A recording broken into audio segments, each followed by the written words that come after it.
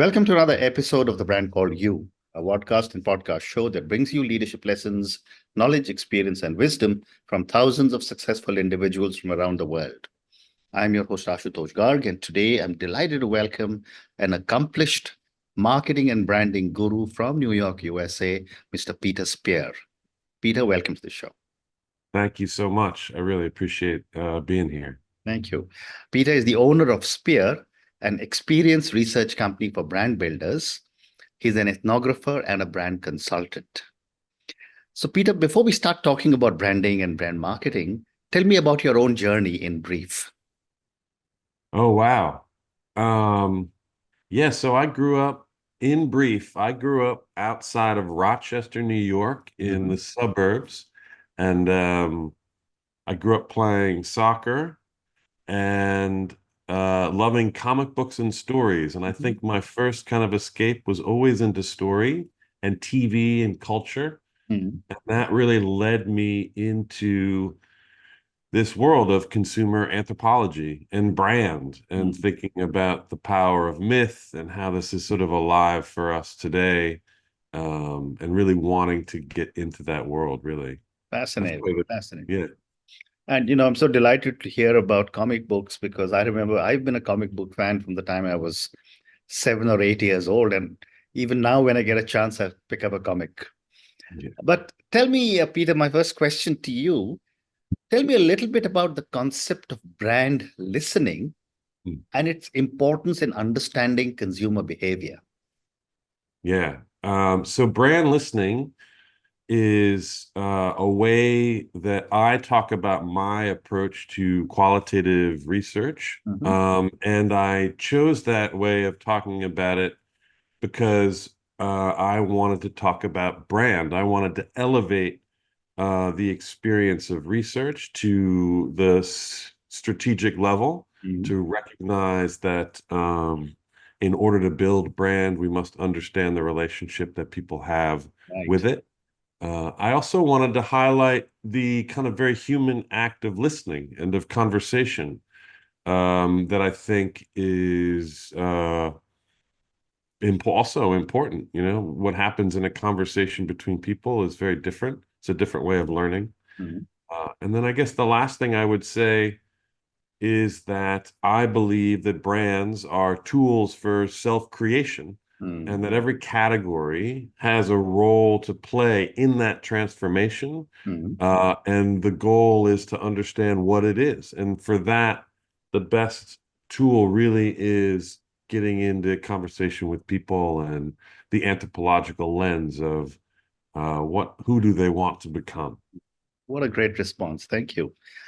My next question, Peter, is how has the approach to ethnographic qualitative research evolved with the digital age?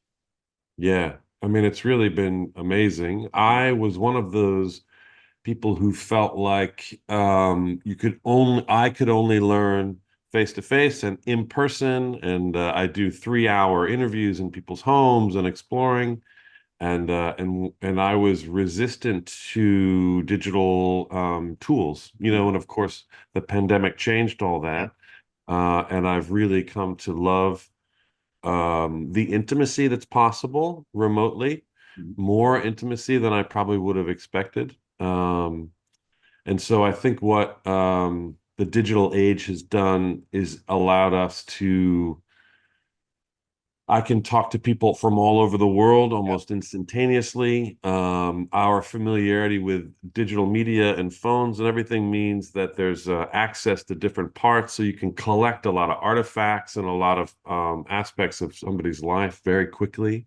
So I think it's deepened it in a lot of ways, and it's made it a lot more efficient. I worry that we we always seem to take a step away from face to face, you know what I mean? And I think I think we don't know what we lose when we don't invest in being in the same place with other people. Well said. And, my other question relates to culture, Peter. And, you live in one of the most culturally diverse countries in the world. My question is, what role does the cultural context play in brand research? And how do you handle this? Yeah. It's such a beautiful question. I mean, I really do appreciate it because I think sometimes there's some story, I read it, there's some joke or an anecdote about two goldfish. Have you heard this Mhm. one where like two young goldfish are swimming along Mhm. and then an older fish swims by and says, "How's the water?" And the Mhm. two and keeps going. And the two fish that are there look at each other and they go, "What's water?" Hmm. Very And so I nice. think in a lot of ways, culture is invisible to us Mhm. because Mhm. we are so, we're too busy doing it. And I think for me, I think in the, I think the responsibility of brand is really to sort of speak culture, is to be in culture. Mhm. So I think that's another reason I talk about brand listening. I think that's why it's important to go out into the world, encounter your customer in context, Mhm. try to listen much more than talk.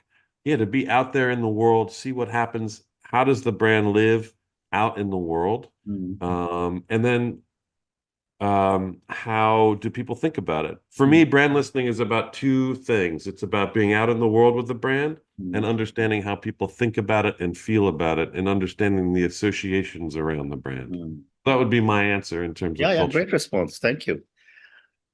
And given the fact that you have been working with consumers and consumer behaviors for a long time, I'd love to get your perspective on how has consumer behavior changed in the last decade, and Hmm. what trends do you predict in the future?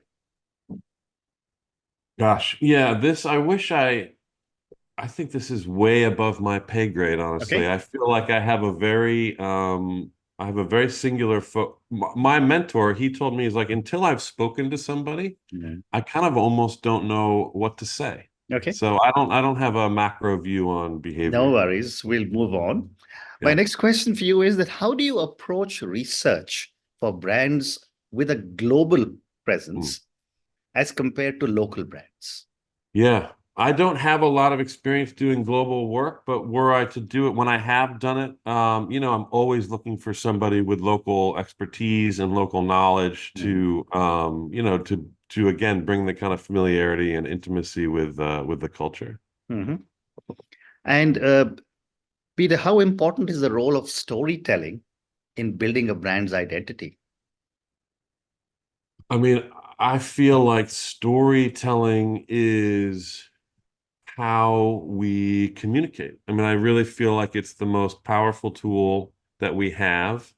I feel like I learned this lesson really late in my own work. I used to feel like my job was to go out into the world, gather data and information, and then report that information to people, and then they would act on it. And I Mm. think as I've matured, I've learned that the I'm the best communicator when I'm telling people stories Mm. about what I've learned. I Mm. don't even, you know what I mean? If I wrap that piece of information around an anecdote about the person that I met, Mm. they've it's somehow just it's how we share information, and it Mm. just sneaks in, it smuggles in so much more meaning and understanding Mm. than just the reporting of information. I mean, if I could go back, I would I mean, I would be in school for the rest of my life if I Mhm. really had the opportunity to do that, but really understanding storytelling and narrative would be something that I would want to really have in me at a Very well cellular said. level. Very well said. And you're so right. Storytelling is now really at the heart Mm. of any communication, leave alone branding. Yeah. So the other question that I had, and then I want to move to a few questions relating to your own personal journey. What are some of the common misconceptions you have encountered that companies or brand managers could have about their consumers? Yeah. I mean, I think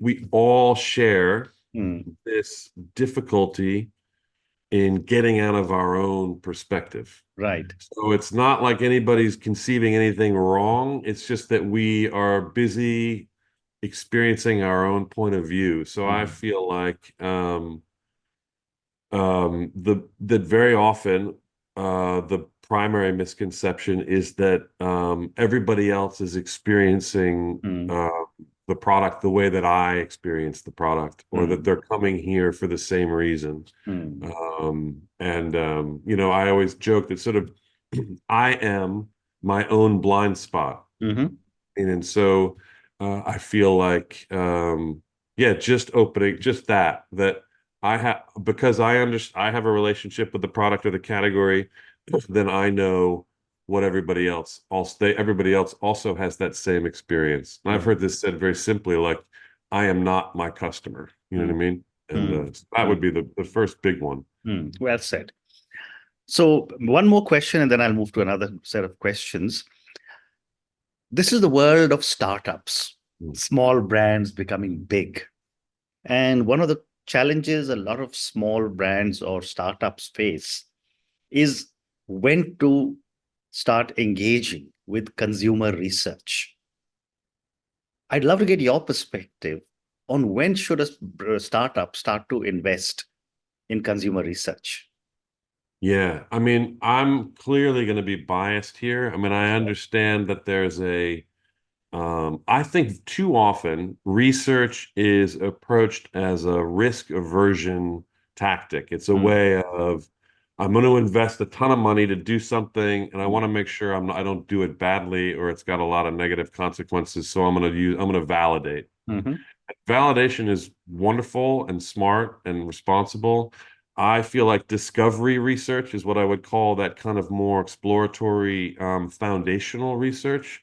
I feel like that research is an investment that could be made, anytime you're starting to plan. I mean, I mm, feel like at least that smart discovery research that gives you a foundational understanding of why people are in the category, how they perceive the competitive set, who mm, they want to become. That kind of understanding can be evergreen. You know what I mean? It continues to provide value and inform, um, creative innovation, all that stuff. So I would always advocate for opening up and learning sooner rather than later, I guess I mm. would say.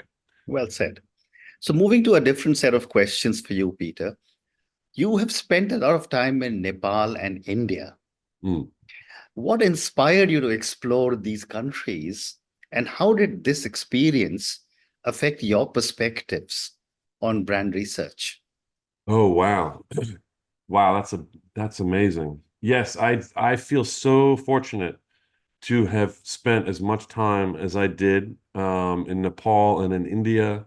India, without question, changed my life, changed the way I experienced the world. Um, like I said, I grew up in the suburbs. I had a very, I was an American boy. Do you know what I mean? I was very fortunate to have very good friends from college Mm, who had studied abroad, and I followed them around, and I just feel so fortunate. So how did it do? Connecting it back to brand research, I think it sort of it opened me up to the idea that there are a million different ways of living, and mm, they're all beautiful. yeah. And my responsibility as a human being here is to try to understand what it's like for other people. Mm, I think I was always a people person, but I had no idea how big a world I lived in. mm. Very interesting. And how do you see the role of travel in enhancing understanding and empathy when it comes to brand research? Yeah, well, I mean, the topic of empathy, that thing, I mean, it is about empathy. It's that idea that, I mean, it's the same thing. It's that my experience is not the only experience, and I only enrich myself when I open up to the experience that other people have. Mm, I am often asked about empathy as a researcher, and when I am asked about empathy, what I talk about is awkwardness, mhm, and that awkward is this beautiful place that we need to spend more time in. Do you know what I mhm, mean? Because anytime I feel awkward, I want to run for the hills. You know what I mhm, mean? But awkward is where I grow. Mm. Awkward is where I learn. So travel is that opportunity of getting uncomfortable and in expansion and all the beautiful stuff happens there. Well said. So I have time for two more questions. Mm. You also have, when I was reading about you, you also have a lot of art and objects that you have collected or discovered in Asia. Mm. How do you incorporate these into your own professional life? Mm. Yeah, so I spent a lot of time in Kerala and with friends we imported things from the Malabar coast. Mm-hmm. Opened a store here in Hudson. Hudson is a small town 2 hours north of New York City Mm. in the Hudson Valley. Lots of people come here to escape the big city, to experience the country. And we had a store for a few years. Mm. And I have to say that my relationship was always with the people, you know what I Mm. mean? And less with the objects. I think Okay. I have a few that hang around. Mm. Lots of old like spice trays and Mm-hmm. uh spice boxes. And so yeah, I don't know. I don't Okay. the No objects hang worries. around. Yeah. No worries. And my last question to you, Peter, what has been the most rewarding project in your career and why? Well, I feel like probably my so many things come to mind. I Mm. feel fortunate to have worked on a number of Yeah. great projects with great people. Mm. But I guess the truest answer will be I just finished a project and I just heard from the client how pleased they were with what I delivered. Mm. And so that one is really, the last project where I really helped a client it would be the most rewarding, Absolutely. I think. Well said. Peter, on that note, thank you so much for speaking to me about your own journey. Thank you for speaking to me about branding, about research, also about your own journey into Nepal, India. Thank you also for talking to me and telling me about how India impacted you. Thank you for speaking to me and good luck. Yeah, thank you so much. Thank you for listening to the Brand Called You videocast and podcast, a platform that brings you knowledge, experience, and wisdom of hundreds of successful individuals from around the world. Do visit our website www.tbcy.in to watch and listen to the stories of many more individuals. You can also follow us on YouTube, Facebook, Instagram, and Twitter. Just search for the brand called You.